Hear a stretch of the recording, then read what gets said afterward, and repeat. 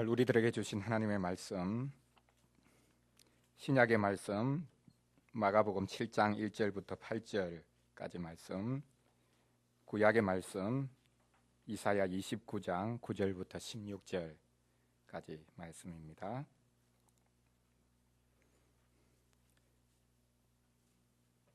신약의 말씀을 제가 읽고 구약의 말씀은 우리 교독하도록 하겠습니다. 마가복음 7장 1절부터 8절까지 말씀 제가 읽겠습니다.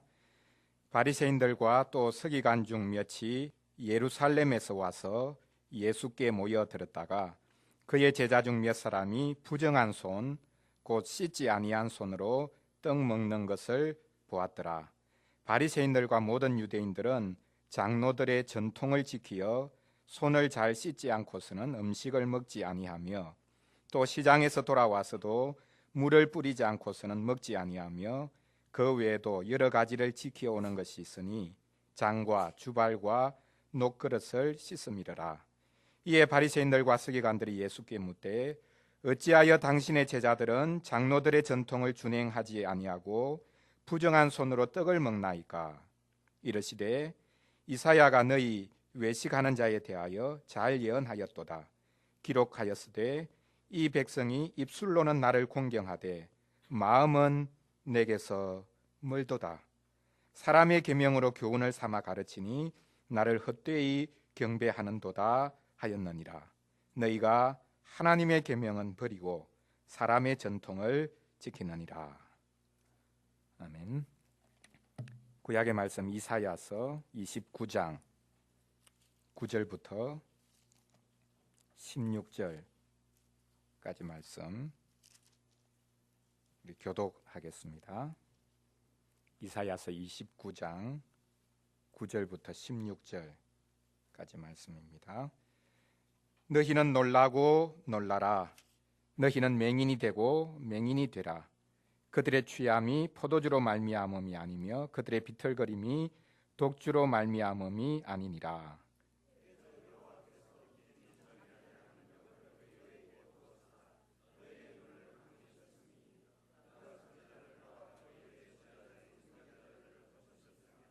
그러므로 모든 계시가 너희에게는 봉안책의 말처럼 되었으니 그것을 글 아는 자에게 주며 이르기를 그대에게 청하노니 이를 읽으라 하면 그가 대답하기를 그것이 봉해졌으니 나는 못 읽겠노라 할 것이요.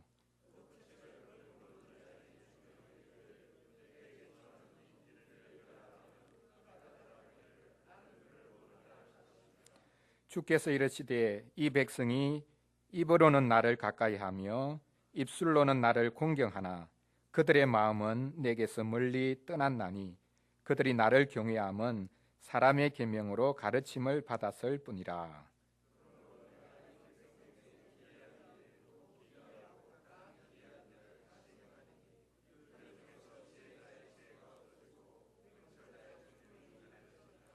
자기의 계획을 여호와께 깊이 숨기려 하는 자들은 화 있을진저 그들의 일을 어두운 데에서 행하며 이르기를 누가 우리를 보랴 누가 우리를 알랴 하니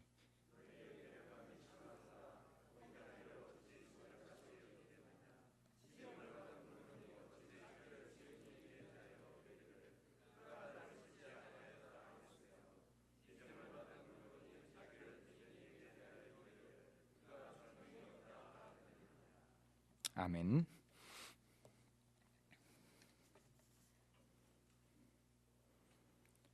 오늘 설교 본문은 마가복음 7장 1절부터 8절까지 말씀입니다. 현대는 전통을 무시하는 경향이 강합니다.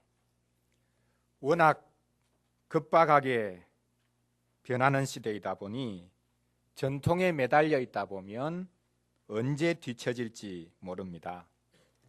안테나를 높이 세워놓고 있어야 되고 촉수를 전방위로 뻗어놓고 있어야 합니다.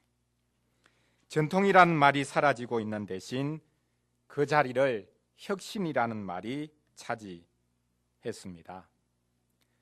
각 민족의 전통 문화는 사라져가고 전 세계는 미국의 할리우드 문화 하나로 통일되고 있습니다. 전 세계의 서구화, 전 세계의 미국화가 진행되고 있습니다. 우리 것은 좋은 것이야 라는 광고도, 또한 신토부리라는 말도 측은하게 보일 뿐입니다.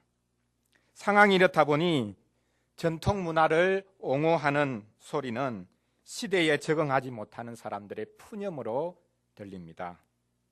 그리고 기존 윤리를 침튀겨가며 이야기하는 사람들은 기득권 세력이라는 소리를 들을 수밖에 없습니다. 지금 메르스 바이러스로 인해 전국 곳곳이 엄청난 불안의 도가니에 빠졌습니다. 어제 보니 의료 쇼핑이 문제였다, 그런 지적이 나오고 있습니다. 또한 어떤 글에 보니까 이번 기회에 우리의 문병 문화, 문병 전통을 바꾸자, 병문안하는 전통을 바꾸자라는 이야기도 나오고 있습니다. 누가 병원에 입원했다고 하면 친척이나 아는 이들이 우르르 몰려가서 문병하는 것, 그것을 이제는 바꿔야 된다라는 지적입니다. 전국에서 와서 응급진료실까지 점령하면서 문병을 합니다. 이런 문병인들을 통해서 이번 메르스 바이러스가 급속하게 퍼졌다라는 지적이 나오고 있습니다. 그러면 우리의 이런 병 문안하는 것, 문병 전통을 바꿔야 하겠습니까? 이런 전통을 한순간에 바꾸기가 쉽지 않을 것입니다.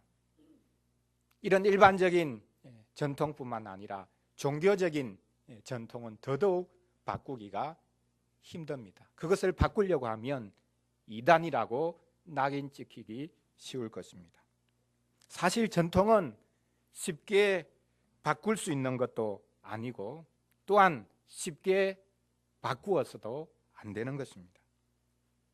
오늘 우리가 읽었던 본문을 가지고 전통은 말씀에서 멀어지기 쉽다라는 주제로 말씀을 전하려고 합니다. 전통은 필요하지만 그것은 계속해서 생겨날 수밖에 없는 것이지만, 특별히 종교적인 전통, 그것은 하나님의 계명, 말씀으로부터 언제든지 벗어날 위험성이 있다.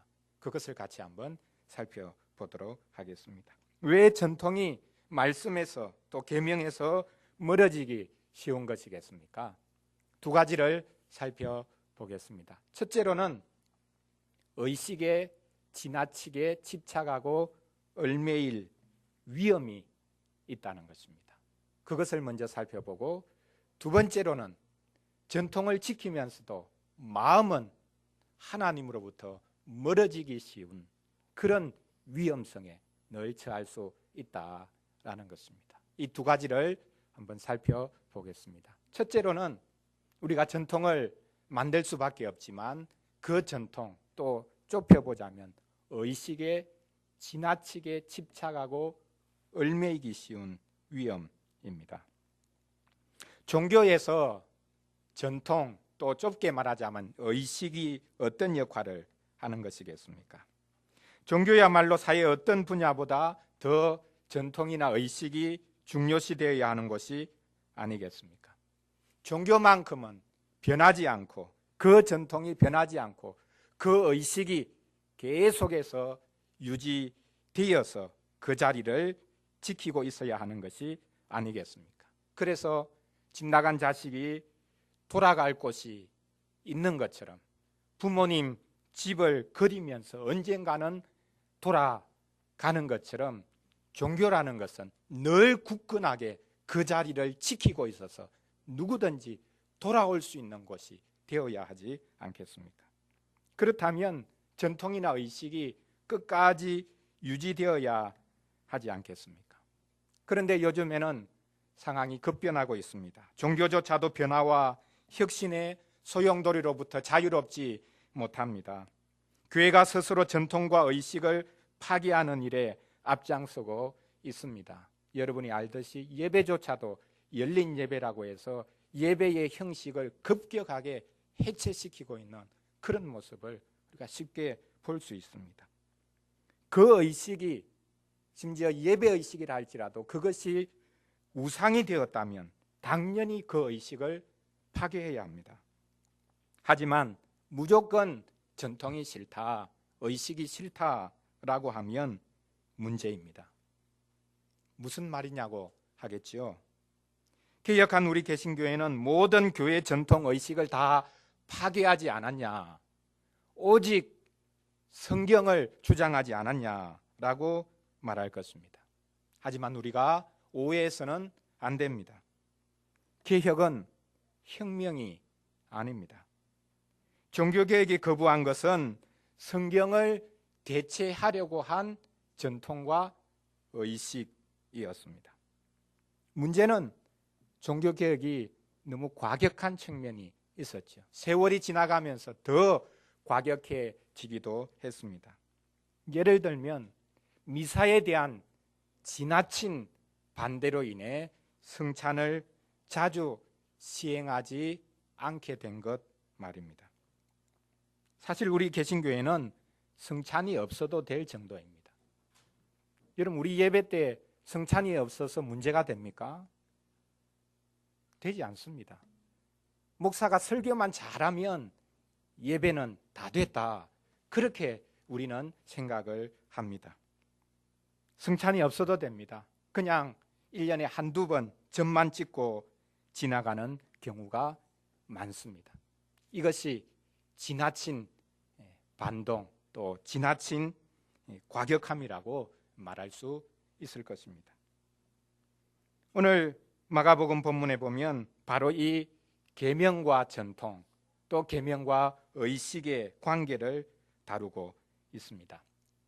예루살렘에서 바리새인들과 서기관들을 파송했습니다. 이유는 예수님을 조사하기 위함이었습니다. 예수님의 인기가 장난이 아니었기 때문입니다. 그래서 심각한 위협을 느꼈던 것이겠죠. 오병이어의 기적을 베푸시고 바다 위를 걷는 등 예수님께서 대단한 기적을 일으키자 예수님이 점차 위협적인 존재로 부각됩니다. 제자들은 아직까지 예수님이 행하시는 일의 의미를 미처 깨닫지 못하고 있음에도 불구하고 이런 기적들은 지금 주위에 큰 소용돌이를 일으키고 있습니다. 오늘 본문 바로 앞부분인 마가복음 6장 53절부터의 말씀에 기록되어 있듯이 예수님이 돌아오셨다는 소식에 사방에서 사람들이 몰려옵니다.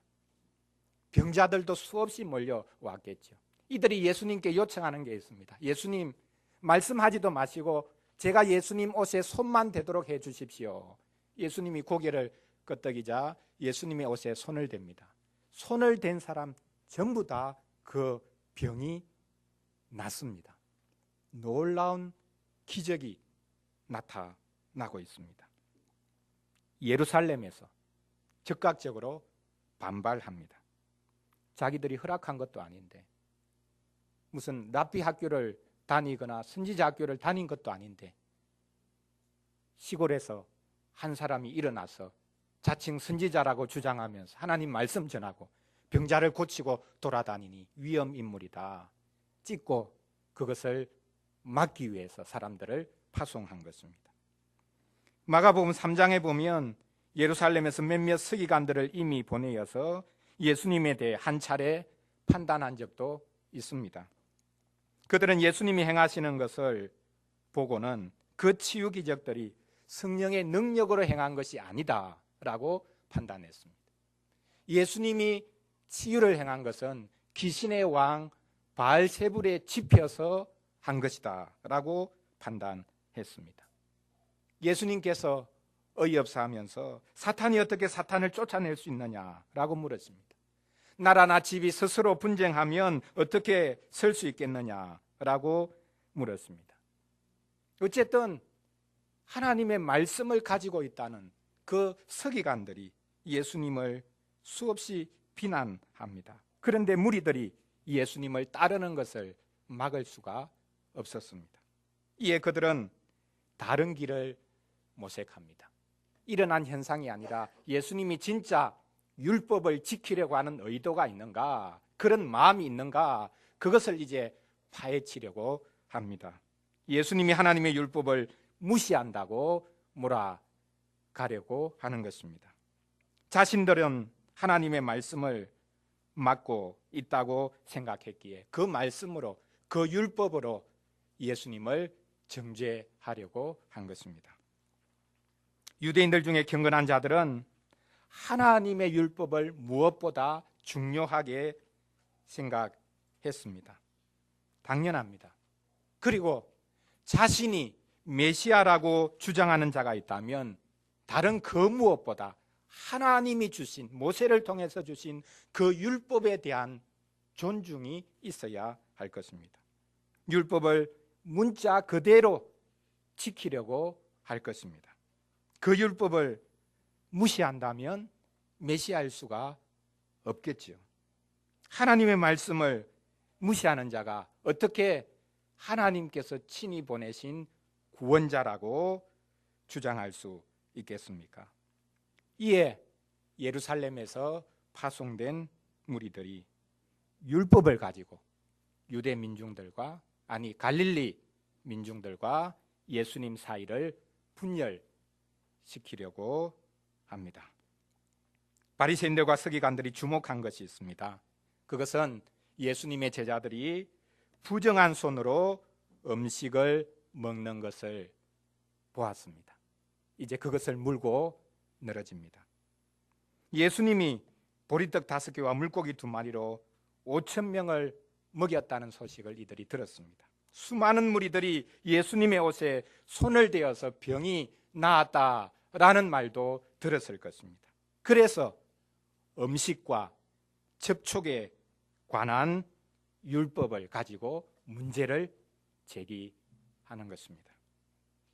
하나님께서 주신 수많은 말씀, 계명, 율법 중에 의식법이란 것이 있습니다. 어떤 것은 먹어도 되고 어떤 것은 먹어서 안 된다라는 종류의 말씀이죠. 어떤 것에 접촉하면 부정하게 된다라는 말씀, 그것을 소위 말해서 의식법이라고 부릅니다. 그런데 아무리 정함과 부정함에 관한 예민한 구분이 율법에, 모세오경에 있다고 할지라도 구약 성경 자체에 손을 씻지 않고 떡 먹는 것 자체를 부정하다고 기록하고 있는 말씀은 없습니다. 오늘 마가복음 7장 3절 4절에 기록되어 있듯이 장로들은 율법을 지키기 위한 몸부림으로 이 의식법을 더 상세하고 구체적으로 만들어 갔습니다. 불문율을 만들었습니다. 말하지 않아도 그것은 누구나 지켜야 되는 어떤 법을 만들어가기 시작한 것입니다. 그것이 오늘 본문에 나오는 전통이라는 말로 굳어졌습니다. 소위 말하는 관습으로 내려왔습니다. 그것 중에 하나가 바로 손을 씻지 않고서는 음식을 먹지 않아야 된다 하는 것입니다. 특별히 시장에 나갔다가 돌아와서는 반드시 몸에 물을 뿌리고 손을 씻고 음식을 먹어야 합니다. 왜 그렇겠습니까? 시장에 나갔다면 그냥 알지 못하는 사람과 무수하게 자기도 모르는 사이에 접촉을 할 수 있습니다. 부정한 사람을 만질 수도 있습니다. 그러면 자신이 부정하게 되었다는 것을 자기도 모르고 있는 사이에 이미 부정이 옮은 것입니다. 그래서 시장에 나갔다가 많은 사람들과 함께 있는 자리에 있다가 돌아와서는 반드시 손을 씻고 그리고 음식을 먹어야 했습니다. 요즘 메르스 바이러스로 인해 사람들이 위생에 민감한 것과는 달리 이들이 행한 것은 종교적인 의미에서 단지 자신의 몸이 더러워진다라는 위생적인 차원을 넘어서 종교적인 의미에서의 정결을 강조했습니다. 이런 전통은 예수님이 수많은 무리들에게 둘러싸여서 무리들이 자신을 만지는 것을 그냥 놓아두는 것에 대한 불만과 연결되어 될 것입니다. 게다가 이들은 장과 주발과 녹그릇이 부정한 것에 접촉되었을까 염려하여 물로 자주 그것들을 씻었습니다. 음식이 담기는 그릇뿐만 아니라 일반 가구들까지도 물로 씻어 부정한 것을 면해야 한다라고 생각했습니다. 침대도 종종 물을 뿌렸습니다. 집안에 있는 모든 가구들도 이렇게 물을 뿌려서 거룩하게 부정한 것에 혹시 전염되었을까 염려했습니다. 하나님의 말씀을 구체적으로 적용하고 지키기 위한 몸부림을 우리가 여기서 읽어볼 수 있습니다. 그러나 또한 한편으로 우리는 여기서 전통, 또 좁게 말하면 예배와 의식의 부작용, 그것을 읽어볼 수 있습니다. 시작은 하나님의 말씀을 구체화하기 위한 목적이었지만 어느 순간에 가서는 그렇게 형성된 전통, 즉 예배와 의식 등이 하나님의 말씀을 가려버립니다. 성경을 어겨도 아무 문제가 없는데 이런 전통을 어기면 난리가 납니다. 예배 순서 하나 바꾸면 난리가 납니다. 교회가 행하던 관습 하나 바꾸려고 하면 난리가 납니다. 왜 그거 바꾸냐? 성경은 어겨도 문제가 안 되는데 우리 전통 바꾸면 이 문제가 된다. 그래서 심지어 교회가 분란이 일어나고 교회가 심지어 나누어지는 그런 일까지 일어납니다. 어떤 분이 농담으로 하는 이야기가 새로 피아노를 교회에 들여놓았는데 피아노를 어디에 둘 거냐? 오른쪽에 두고 싶다, 왼쪽에 두고 싶다. 그런 논의 때문에 교회가 나뉘어졌다는 거예요. 어디에 두면 어떻습니까? 가운데 두면 되겠죠. 조그마한 것 하나라도 우리 교회 전통이니까 이거 바꾸면 안 된다.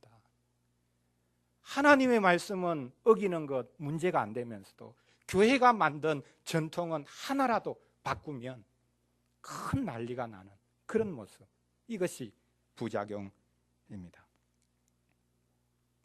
예배와 의식이 하나님의 계명이 아닌 사람의 계명이 되어버린다면 그것이야말로 우상숭배와 다를 바가 없다고 해야 할 것입니다. 그렇다고 우리는 파괴적이 되어서는 안 됩니다. 우리는 넘어뜨리는 것이 아니라 세우기 위해 힘써야 합니다. 개혁한 우리 기독교회는 교회 전통이라는 것은 필요 없고 오직 성경만 주장하면 된다고 생각하면 안 됩니다. 초대교회 때부터 내려왔던 교회 전통을 우리가 무시하면 안 됩니다. 초대교회로 돌아가자고 하면서 왜 교회 전통을 또한 무시하려고 하는 것입니까? 서로 모순되는 생각이죠. 그렇다면 교회사는 무엇 때문에 우리가 공부합니까? 성경이 모든 것을 다 말해줍니까? 아닙니다. 성경이 우리에게 모든 것을 다 말해주지 않습니다. 오늘 무슨 옷을 입고 나가야 될까? 성경이 말해주지 않습니다. 성경은 백과사전이 아닙니다. 성경은 율법 전서가 아닙니다. 성경을 자동 판매기로 생각해서는 안 됩니다. 매뉴얼대로 버튼만 누르면 결과가 튀어나오는 자판기, 성경을 그렇게 생각해서는 안 됩니다. 성경을 증거 구절 모음집 정도로 생각하는 것도 성경을 너무나 무시하는 것입니다. 이 상황에는 이 말씀이 딱 맞아떨어지는 말씀이고 저 상황에는 이 말씀이 맞아떨어지는 말씀이다. 그래서 어쨌든 내 상황에 적용되는 성경을 찾으려고 하는 것, 그것 자체는 좋은 것이지만 문맥을 뚝 떼와 가지고 이용하기 위해서 성경을 우리가 인용하는 경우가 참 많거든요. 우리는 끊임없이 성경과 대화해야 합니다. 그러면서 그 성경과의 대화를 통해서 그 성경을 짓게 하신 성령님과 대화를 하면서 우리가 그 말씀을 어떻게 적용할 수 있을 것인가, 그리고 좋은 예배와 의식을 만들어갈 수 있을 것인가 고민해야 할 것입니다. 하나님의 말씀이 생생하게 보이도록 만드는 것, 그것이 어떻게 보면 전통이라고 말할 수 있습니다. 예배와 교회 예식이라고 말할 수 있습니다. 이제는 우리가 성경을 가지고 좋은 전통, 좋은 예배, 좋은 예식을 만들어서 하나님을 생생하게 보여줄 때가 되었습니다. 둘째로 우리가 생각해야 되는 것은 전통이 하나님의 말씀에 적용이지만, 그러나 그 전통을 만들면서 어느 순간에 우리의 마음이 하나님으로부터 멀어질 위험성이 늘 있다. 이것을 우리가 명심해야 하겠습니다. 예수님이 율법은 거론하지만 자신들의 전통과 의식에 지나치게 매여 있는 유대 종교 지도자들을 향해 오늘 말씀에 보면 바로 이 마음의 문제를 거론하십니다. 부정한 손으로 음식을 먹는다는 지적에 대해서 예수님이 말씀하시지요. 이사야 선지자의 말씀을 인용합니다. 우리가 두 번째로 읽은 본문인데요, 이사야서 29장 13절 말씀을 인용하십니다. 이 백성이 입술로는 나를 공경하되 마음은 내게서 멀도다. 사람의 계명으로 교훈을 삼아 가르치니 나를 헛되이 경배하는도다.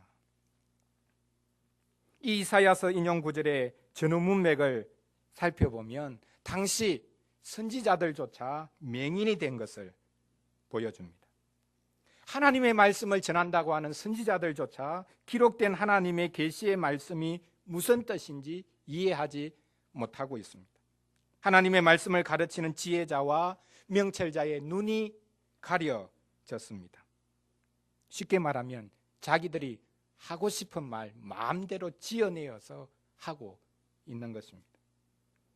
이들은 하나님께서 자신들의 마음을 보지 못할 것이라고 생각했습니다. 자신들의 계획을 숨깁니다.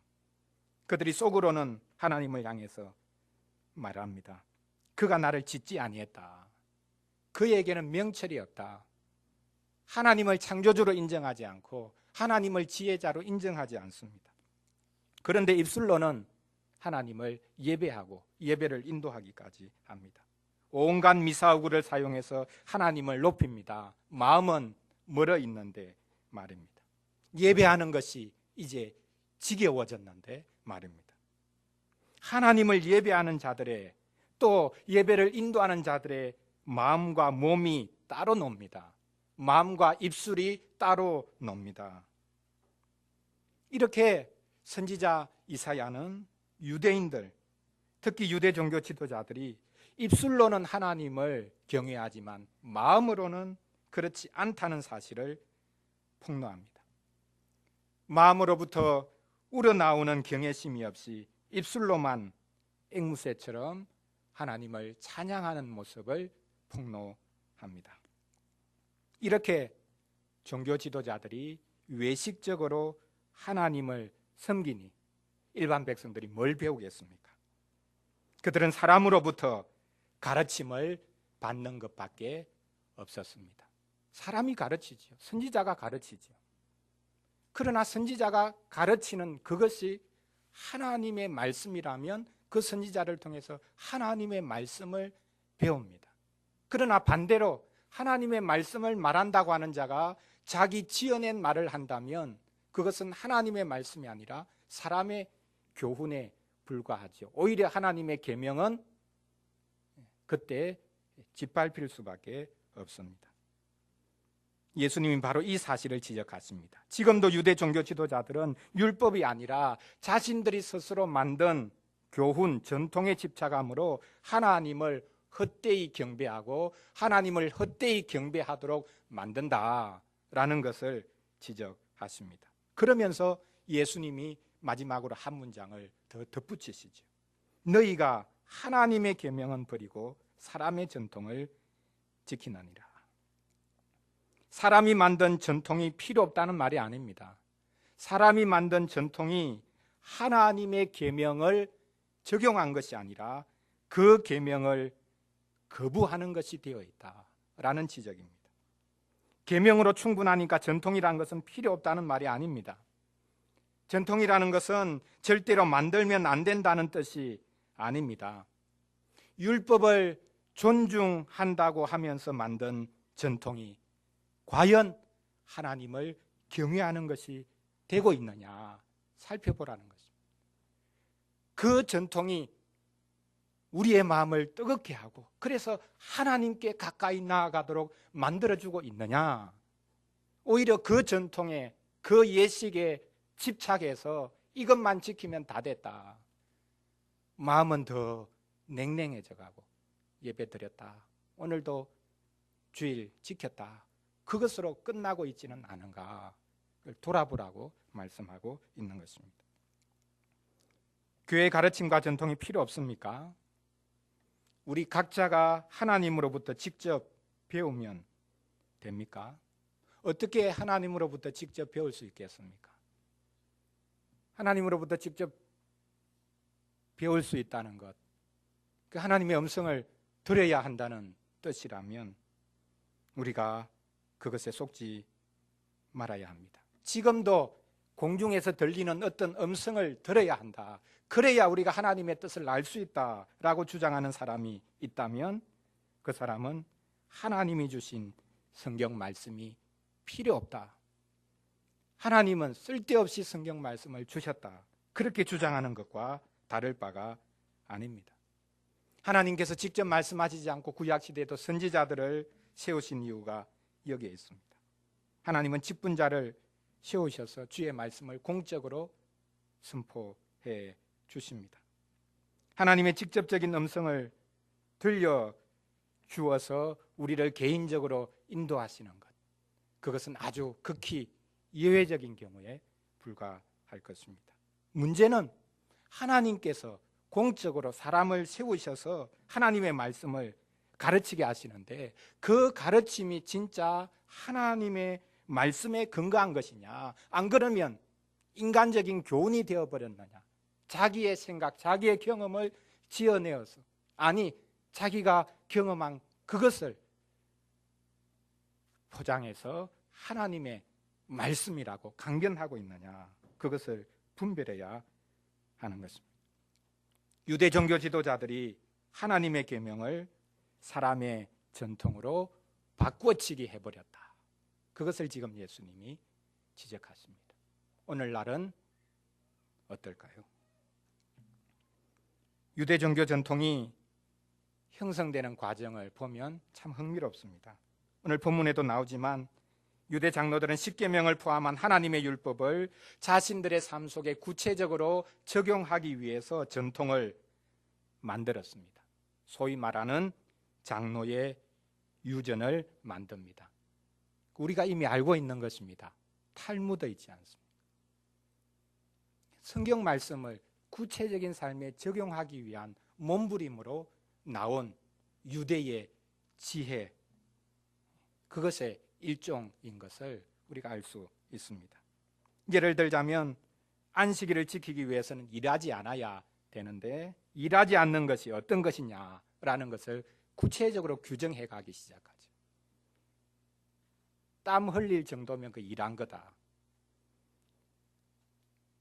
안식일에도 걸어야 되니까 몇 킬로 이상을 걸으면, 어느 정도 거리 이상을 걸으면 그 일한 게 된다.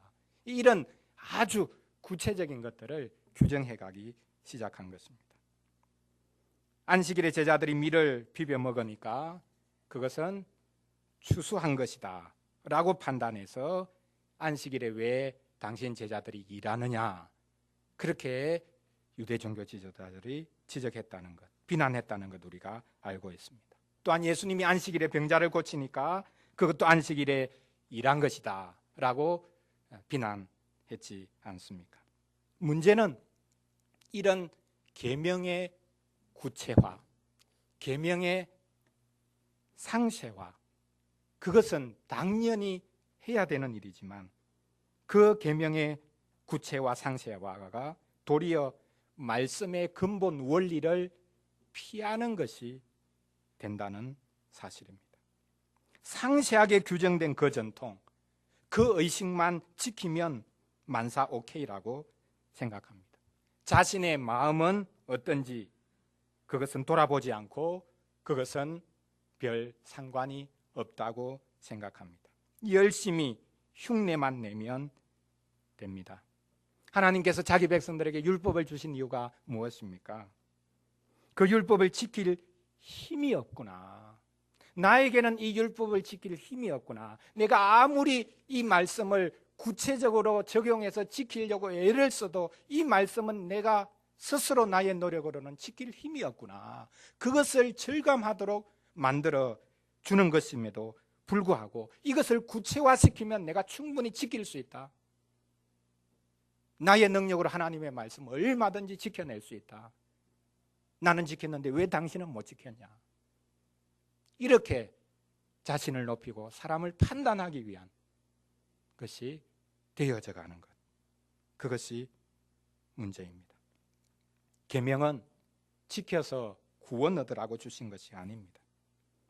이미 구원받은 자가 이 세상에서 풍성한 삶을 누리도록 그것을 사모하도록 주신 것입니다.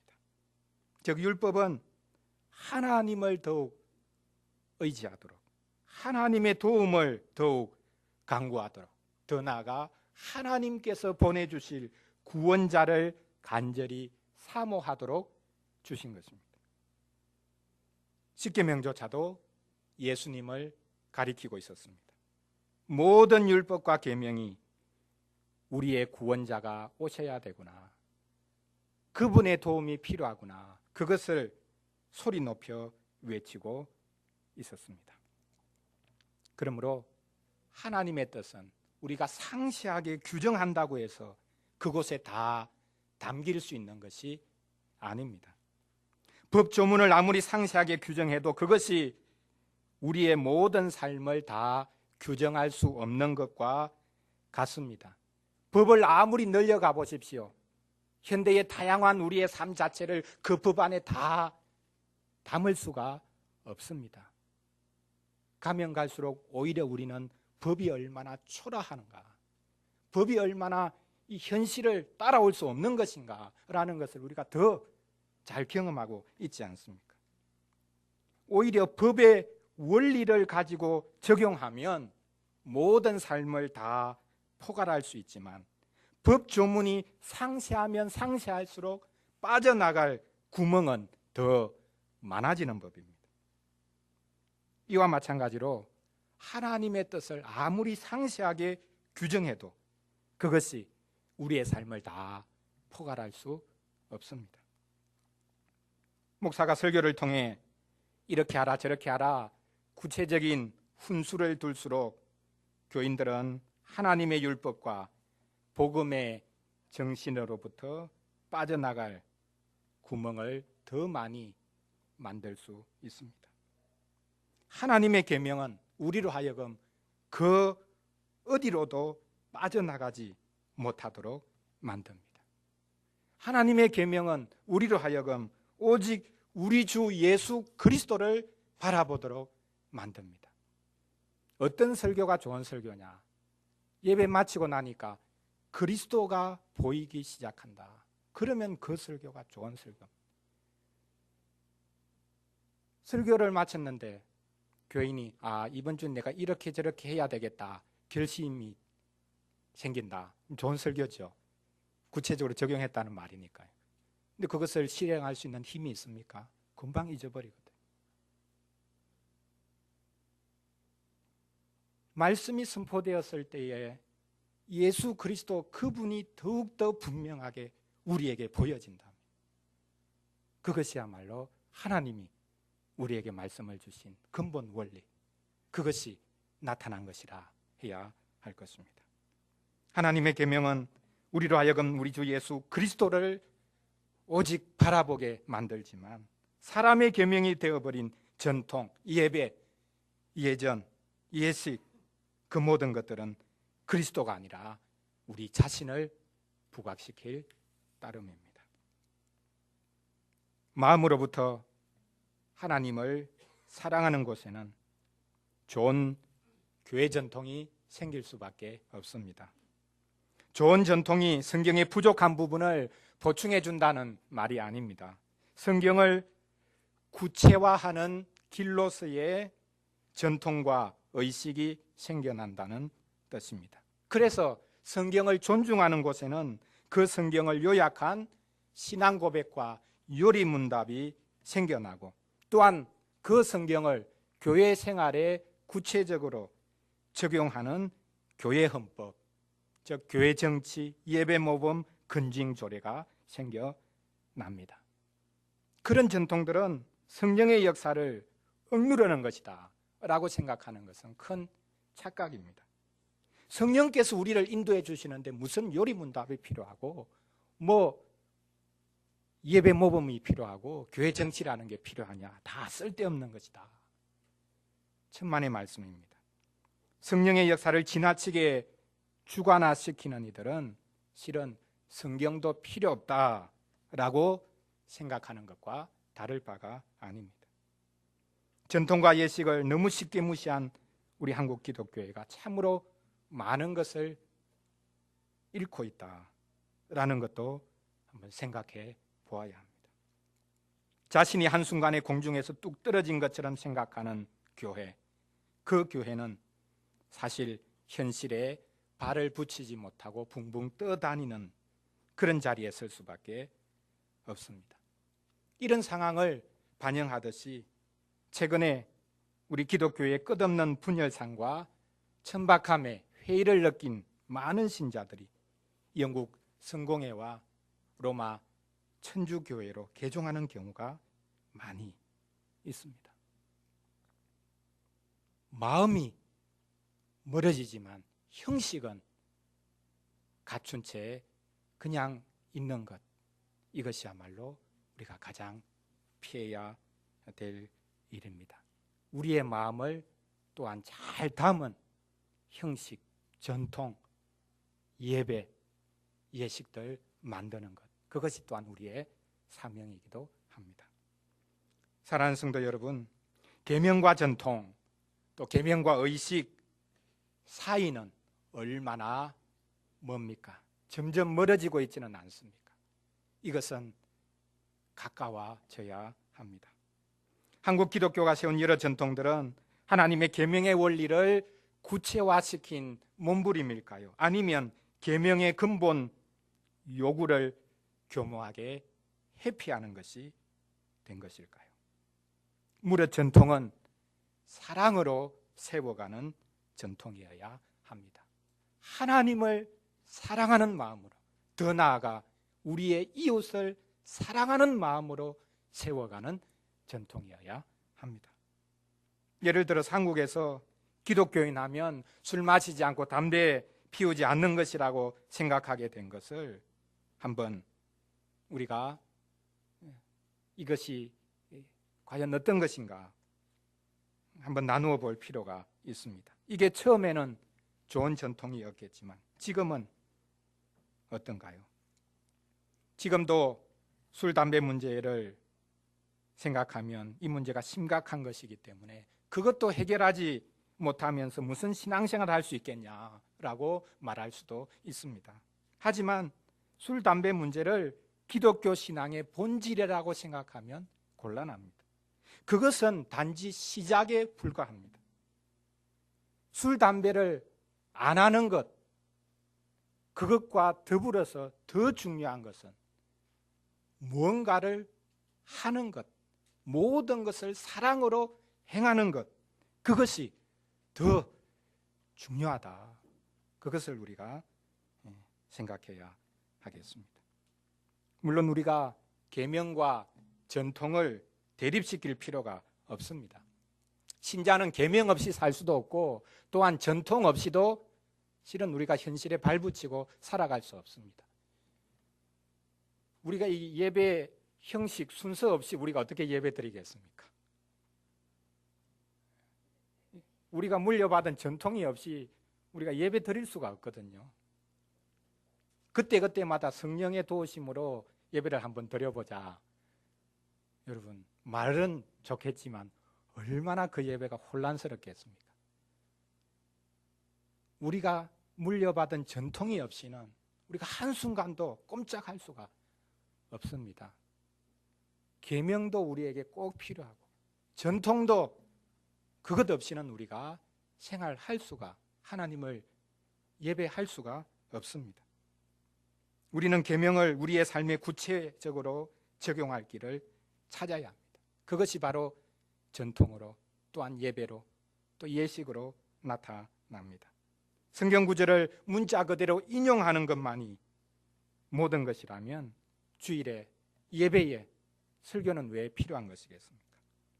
목사는 성경 구절의 역사적인 의미를 해석하고 그 의미를 우리의 삶에 구체적으로 적용해 줍니다. 하지만 우리가 계명을 통해 나타난 하나님의 엄중한 그 요구를 할 수 있는 것과 없는 것, 먹을 수 있는 것과 없는 것, 또한 입을 수 있는 것과 없는 것, 볼 수 있는 것과 보지 말아야 될 것, 또한 가야 될 곳과 가지 말아야 될 곳, 이런 것으로만 규정할 때에 우리는 오히려 하나님의 근본적인 그 계명의 요구로부터 멀어질 수 있습니다. 이런저런 규정과 이런저런 전통을 지킨 것으로 안정감을 느낄 때 하나님의 마음으로부터는 더 멀어지기 쉽습니다. 그러므로 말씀을 구체화한 이후에는 즉시로 말씀의 단순함과 말씀의 순전함으로, 우리 마음의 순전함으로 돌아가야 합니다. 계명을 지키기 위한 몸부림이 좋은 전통을, 좋은 의식을 만들어 갑니다. 부족한 부분이 많이 있었다 할지라도 우리 믿음의 선배들이 만든 전통을 우리가 이어받아 잘 개성해야 하겠습니다. 또한 우리가 우리 후배들과 우리 자녀들에게 좋은 전통과 좋은 의식, 예식을 물려주어야 하겠습니다. 성경에 근거한 아름다운 전통을 만드는 것이야말로 우리가 후세대들에게 줄 수 있는 가장 좋은 유산입니다. 종교개혁자 칼빈이 제네바 시편을 물려주었듯이 그것이 우리 시대에 적합하지 않은 것이라면 우리가 좋은 찬송을 만들어서 우리 후손에게 물려주어야 합니다. 또한 각종 좋은 문화를 만들어서 물려주는 것, 이것이 우리에게 맡겨진 사명입니다.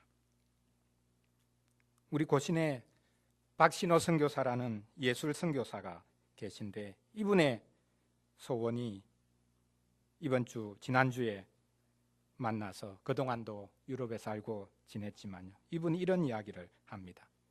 자신이 화가인데 좋은 미술 작품, 또 좋은 설치 작품들, 그것을 잘 만들어서 그것을 어떤 장소에, 건축도 예술적으로 아름답게 해서 거기에 잘 비치해서 그것을 결혼식장으로 자기가 한번 만들면 좋겠다, 그 꿈을 꾸고 있다는 것.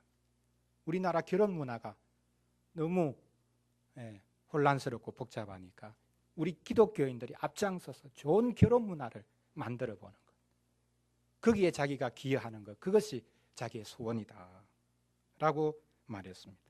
그렇습니다.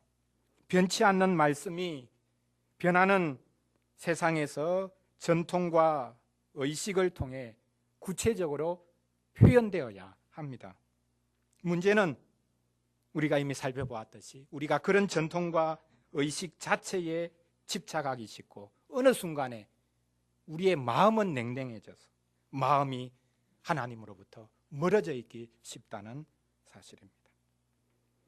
어린이를 위한 질문 3번 문장처럼 신자는 마음으로부터 하나님을 공경하면서 좋은 전통을 만들어가야 합니다.